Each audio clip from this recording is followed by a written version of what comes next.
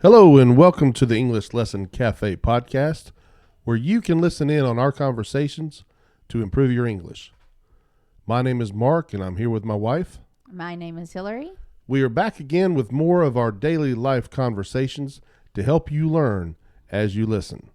So Hillary, we're going to talk about ourselves a little bit today, just to introduce ourselves to our listeners and so they can get to know us a little bit better. So, how long have we been married? I really hope you know the answer to that too. This is for educational purposes only. I do know the answer. So we're recording in July and our anniversary is in June. And on June 22nd, we were married for 22 years. When did we get married? What was the date? June 22nd, 2002. Where did we get married? We got married in Tennessee. So anyway, yes. So it was June of 2002. The weather was, I think, pretty good for June. It was nice weather in Tennessee. So Tennessee consists of mountains in the east, and in the middle part of the state, there's something called the plateau. And the plateau is a geographical term for the topography of the land. That just means that you have mountains, that's a certain topography, and you have plateaus, that's another topography.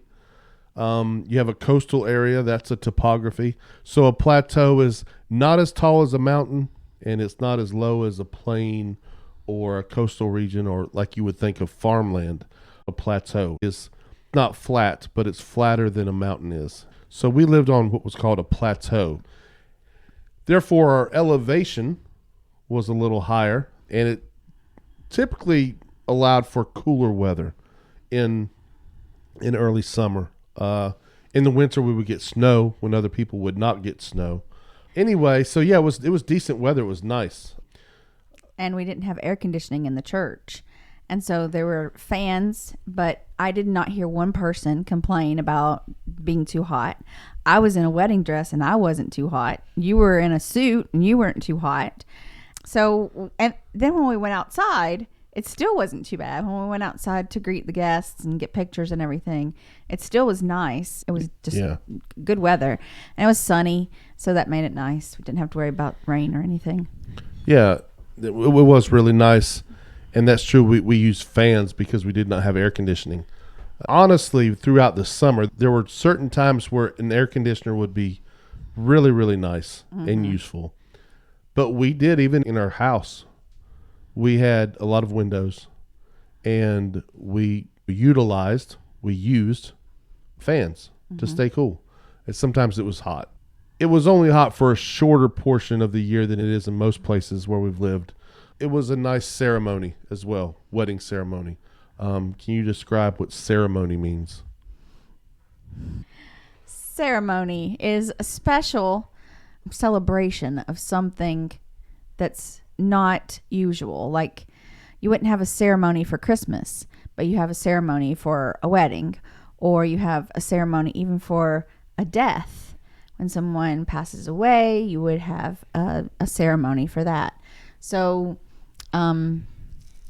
special occasions, it's hard to describe that because all special occasions you don't have a ceremony for. Because during a ceremony, there's usually somebody that officiates. Right. Somebody that leads the ceremony, somebody that is kind of in charge of presenting whatever event is taking place at the moment. So if it's a graduation ceremony, then there will be somebody up on the stage. They will be the ones to speak, to guide everybody through the process of that event. I just looked it up in the dictionary just to see what they say for ceremony. So a more educational description: a formal, religious, or public occasion, typically one celebrating a particular event or anniversary, or a ritual observance and procedure performed at grand and formal occasions. So it's a formal thing. Ceremonies are more formal than just like a party. And so it's a formal occasion, sometimes religious, sometimes not. What would you say are the main components of a wedding?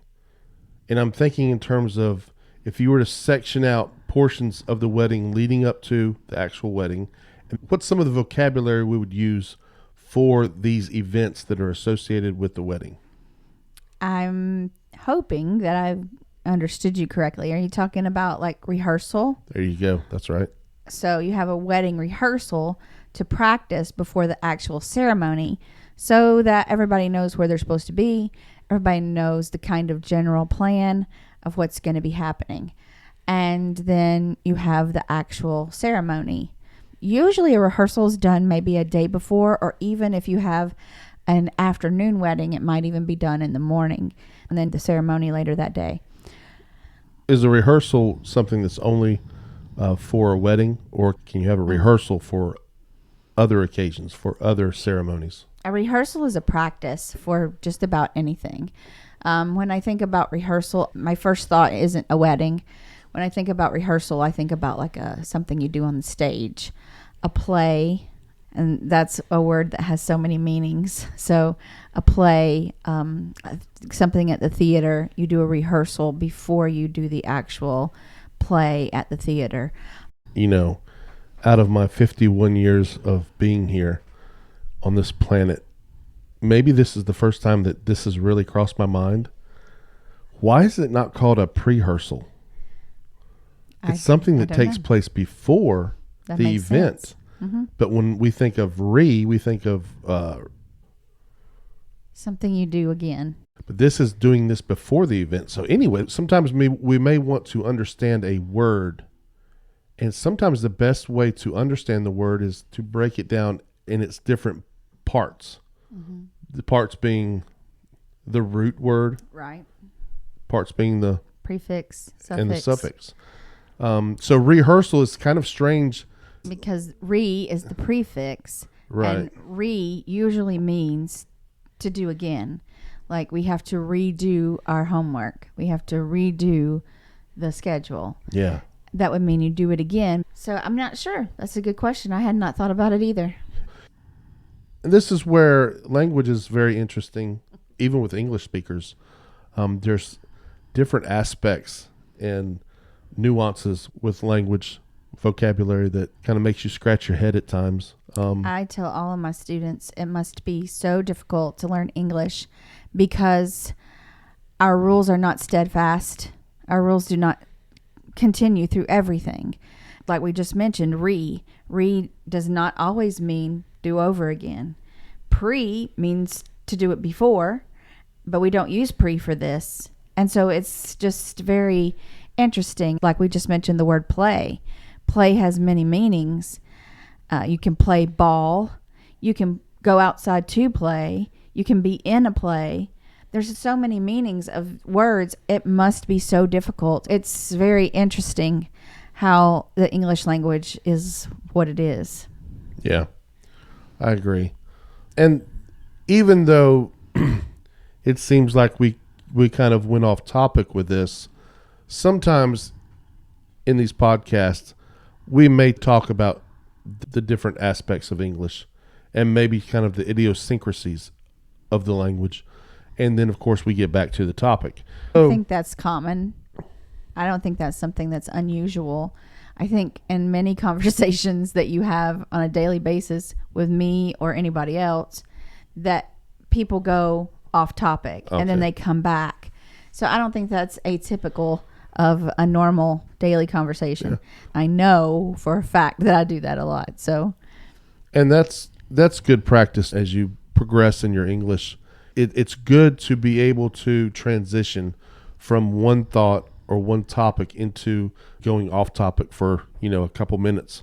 Okay, so you have the rehearsal, and then you might have a rehearsal dinner. Mm-hmm. So everybody gets together, they practice the wedding, and then they'll eat together. So usually there's a meal provided. Sometimes at that point in time, gifts will be exchanged from the bride and the groom to the people that are in the wedding. What do we call these people? Is there a name for this group of people that are involved with the wedding? All together, they're called the wedding party. The wedding party. And see, there's another word, party, which does not mean a celebration. It means something totally different. So the wedding party are all the people who were involved in the wedding. That would be the person who's leading it, the officiant. That would be the groomsmen, which are the male people that stand behind the groom, the best man. And then you've got the bridesmaids, the maid of honor. Then you've got flower girls. You've got a ring bearer. You've got musicians who will play in the wedding. So after the wedding takes place, then we usually have a meal. There's a meal provided, and Before the meal is the reception. okay, what's the difference?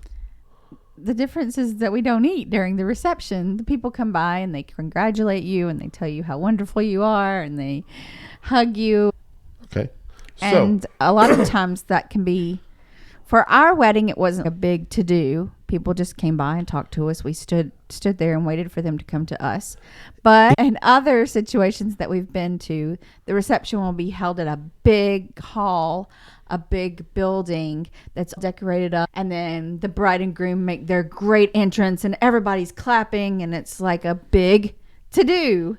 it's a big to do. It's a big ordeal. It's a big display. It's the first time that people are seeing the bride and groom as husband and wife after that initial seeing them at the wedding. At the end of a wedding, the officiant says, "I now present to you Mr. and Mrs." And then they will say whoever it is. So for us, it was like, "I now present to you Mr. and Mrs. Mark Gould." And so we were then the Goulds. And so they would do that at a bigger reception too. They would maybe have a microphone so that all the people could hear. Like I said, a big to-do, a big celebration, a big moment for them to celebrate. Yeah, and they're starting a new life together, a new family together. And then usually after that, there's food and kind of a party atmosphere, very festive atmosphere. So our wedding went well. Yes. And we moved into our home together, which was Mark's home prior to me marrying him. So I moved in with him. And we began our life together. He would go to work most days, and I would be at home by myself with a dog. Okay, so let's break down that right quick. So before we got married, I had a dog. I had a German Shepherd. What pets did you have, Hillary? I had quite a few. I had a dog, and then I had a cat. Actually, I had 3 cats, but I left 2 of them with my parents and brought one of them to live with us. Yeah. And I brought my dog to live with us. There were other dogs at our home that I considered more my dad's. The ones that made the transition to the new home. The only ones that made the transition were Chance, our dog, my dog, and Frisky, my cat. And my dog, the German Shepherd, his name was Shadow. And so that was an interesting transition too, that you have to think about when you get married. Sometimes, you know, both people might have their own pets, and then how do you introduce those pets to each other? And we have a lot of funny stories involving that, some exciting stories, some interesting stories, because they have to kind of learn how to live with each other, hopefully, in that new setting. So when I brought Chance, I had never had a dog inside my house. So when you went to work and I was at home with a dog, we had never had a dog in our home, like that lived inside the house. So Chance had to have an outside area. And so Mark had to build a fence, and we had to have a dog house. And so we had to have all this area ready for him when he got there. The transition for him wasn't too bad, but I went back home and got Frisky myself and brought my cat to our home. And that was the worst thing I've ever done in my lifetime, because I didn't have a cat carrier. So I stopped at a veterinarian's office on the way to your house, a local veterinarian at my hometown, and asked them for a cat carrying box. Well, the cat carrying box was made of cardboard. So Frisky's in there, and she starts learning how to get her paw outside of the little holes that were in there. And so she tore the holes.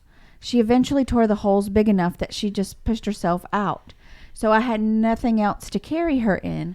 So the whole time I'm driving, which is like almost 2 hours from my house to your house, Frisky is running all over the car. She's in the back seat. She's up on the back part right before you get to the window. She's down. She's all over. And I don't know if you recall this, but when I got to your house, my interior of my car, which was red, was all covered with her hair everywhere. I had to be out there cleaning it for a couple of hours just to get all the cat hair out. So I tried, but she did not like it at all being in that box. I never had cats growing up. It's so sad. And yeah, boy. And so Cats are amazing. yeah, it was interesting. My dog was indoor, outdoor. He was fine either way. He was protector of the kingdom. It was funny to watch him kind of get used to you. It was a great dog. And he was a great watchdog. Never had to worry about him protecting anything, but he seemed like he would know what to do if he had to guard something. Very friendly dog, very friendly with cats and other animals. Surprisingly. Eventually. Yeah. Because the cat would hiss at him and try to smack him through her crate that we had her in the house. And he would stand there, and he never growled at her that I can recall. No, he was never aggressive towards her. The biggest dog I'd ever been around, because my dogs were all beagles for the first few years of my life. Small dogs. And then I got Chance, which was a mixed breed, but he was about the size of a lab. Yeah, probably a medium-sized dog, I would say. And so for me, he was a big dog. Yeah. And so then I meet Shadow. Yeah, Shadow, if you drove up in your car, he was basically tall enough to kind of look in your car window as you drove up. He was imposing. It was a nice start to our married life as far as we had a nice place. We lived in a nice location. It was a beautiful place. The last episode, I talked about how much I love the fall colors. Yeah. And there was beautiful. It was amazing. So many beautiful places on that property. The trees looked amazing in October. Yes. Yeah. It was beautiful. But it's quiet too. It was a quiet place. Quiet. Very quiet place. Cold in the wintertime. Some snow, but it was beautiful. Back to our pets. I've never really been crazy about cats. Over the years, I've grown to appreciate them and enjoy them in a certain way. But I do like dogs more than cats. As far as having a favorite pet, the dog would be my choice. But Frisky was cool. It was a Siamese cat, so it looked cool. It was a really nice looking cat. When that cat and the dog were kind of walking, they just both had a unique look to themselves. Mm-hmm. I'm allergic to cats. There are some cases where if I'm in a house, I know there's a cat in the house. And this is one reason I was crazy about cats. Some cats would cause me to just not be able to breathe. So I would have to leave the house, go out of the house. But the Siamese cat, Frisky, I was not allergic to that cat. We've talked about Frisky. We talked about Shadow. And Chance lived outside. Mm-hmm. So he wasn't the guardian of the house. But anytime there were deer or any other kind of wildlife that would come up, he would certainly let us know. In the middle of the night, sometimes he would start barking. And Mark would have to go outside to see what was going on with him. But he never barked unless he saw something. He wasn't just an annoyance. His favorite thing was going outside and running up the hill. We had a very steep hill that we had to come down to get to our house. Steep. What do you mean by steep? Steep is very... It's a hard to... Yeah. Okay, so steep, if you're looking at the lay of the land or an object that is flat, there's no angle to it. Think of a table as being flat. Then think of it as tilting the table up on one end. So it raises one end up higher than the other. The higher you raise the one end of the table, the steeper that angle becomes. I was thinking of the word incline. Incline is good, yeah. But Chance loved it. He would run up the hill, he would turn around and come back down. And he had floppy ears, so his ears are flopping as he's running, and his head just seems to be bobbing. He definitely enjoyed his life there. He did. had fun. It was so funny to watch. Needless to say, we have very good memories of our wedding, getting married, starting our life together, and even simple things such as having pets. they've provided many good memories through the years. We've been blessed in a lot of different ways, and we weren't rich by any stretch of the imagination, but we were content. It was, we had a home, we had a roof over our head, we had food, we had a few pets. It was a good life. And like I said, we enjoyed every moment of that. And so from 2002 until 2003, and in 2003, we had another addition to the family that we may have to, on the next episode, keep you waiting to find out what or who that addition may have been. Yes, to be continued, ... To be continued. The life of Mark and Hillary on the mountain. The life of Mark, Hillary, Shadow, Chance, and Frisky is about to change in 2003. Drastically. How, you may ask? This is for you to find out. Episode 3. In episode 3. So we thank you for joining us on this episode. We hope this was educational, entertaining, enjoyable, and we hope that it helps you join the conversation. See you next time.